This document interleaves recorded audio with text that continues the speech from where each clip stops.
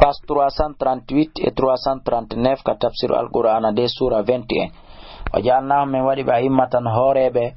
e haduna hibe fewira bi amrina sabu yamirore amen den wa hayna me wayni ilayhim faade mabbe fi ilal khairati gollugol ko moƴƴo e qama salati e ñibugol e julde wa ita zakata tugol zakka wa kanu lana belatani men kadi abidina jiyabe amen walutan andu to fi lut ataynahum min okima hukman fahma wa ilman e gandal wa najjaynahum min dandimo min al qaryati immorde sare allati de kan latinde ta'malul khaba'isa no golla golle subude innam no ben kanu belati ke qawma sawin ko be yimbe bombe fasikina yalto be doftare wadakhalnahu min nadima fi rahmatina ender yurmende amende innahu no kanko min as-salihin ko jeyaado e moƴƴobe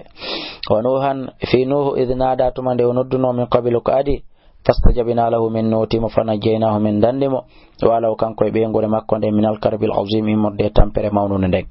wa nasarnahu min wallima min al-qawmi alladhina immorde ben yimbe kaddabu fennube wa nasarnahu min wallimo min al-qawmi immorde be do yimbe alladina ben kaddabu fennobe bi ayatina e jamen de innam sabu kambe kanu be latike qawma sawin yimbe bombe faghraqnahum min yolibe ajmaina be den dangal wa dauda wa sulaiman idh yahkuman antitetuma de be nyawno fil harsi fi ngesamba idina fashatuma de hubbitino fi ngesamba gadamul qawmi dammi yimbe go di bonnimba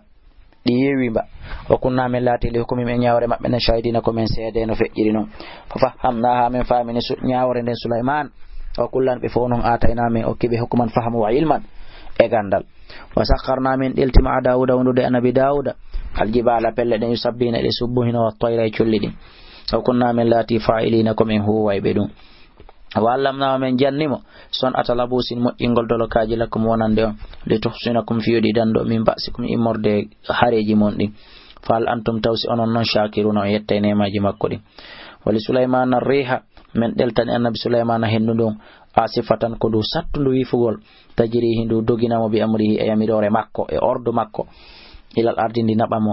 ndu naɓamo e leydi allati ndi barakna fiyandi mi hebbini barke mum wa kunna min laate bi kulli shayin kala hunde alimina komin anduɓe wayliten min ash-shayatin e morde shaytanuji ɗin no jeeya e majji man yaghusuna lahu ɗin ɗino mutanamo ka ndiyan ka baharu ɗi yaltinanamo jawle wa yamaluna hiɗi gollanamo amalan golle go duna dhalika de hewtaɗen ɗon kadi wa kunna min laati lahum wonande majji hafizina komin renuɓe ɗi wa ayyub andu to fi ayyub idh nada to man yonodno rabbahu jomi makko bawo o nawni o wi anni mi masani ami milan adduru lorra wa anta ka an allah arhamur rahimin on yurmetedo yurmube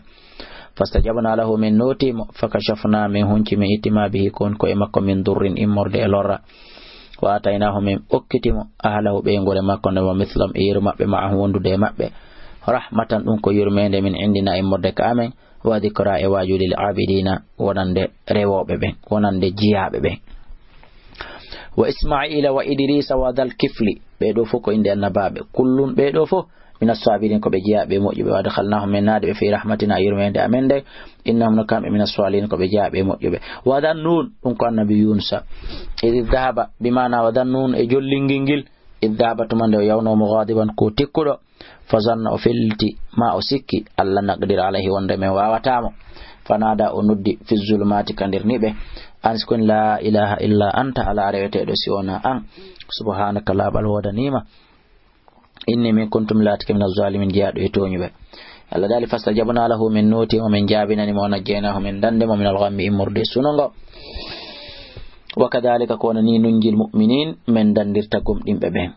wa zakariya idh nada to man yonodno rabbahu joom makko o wi rabbi joomi la tadarni wa ta'accam fardan ko mi weddido okkoram biddo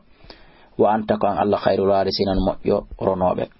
fastajabna lahu min nuti mo min jabinani mo wahabna lahu min okimo yahya waslahana lahu min moƴƴinani mo zawjahu ɓeygu makko renga on ha moƴƴi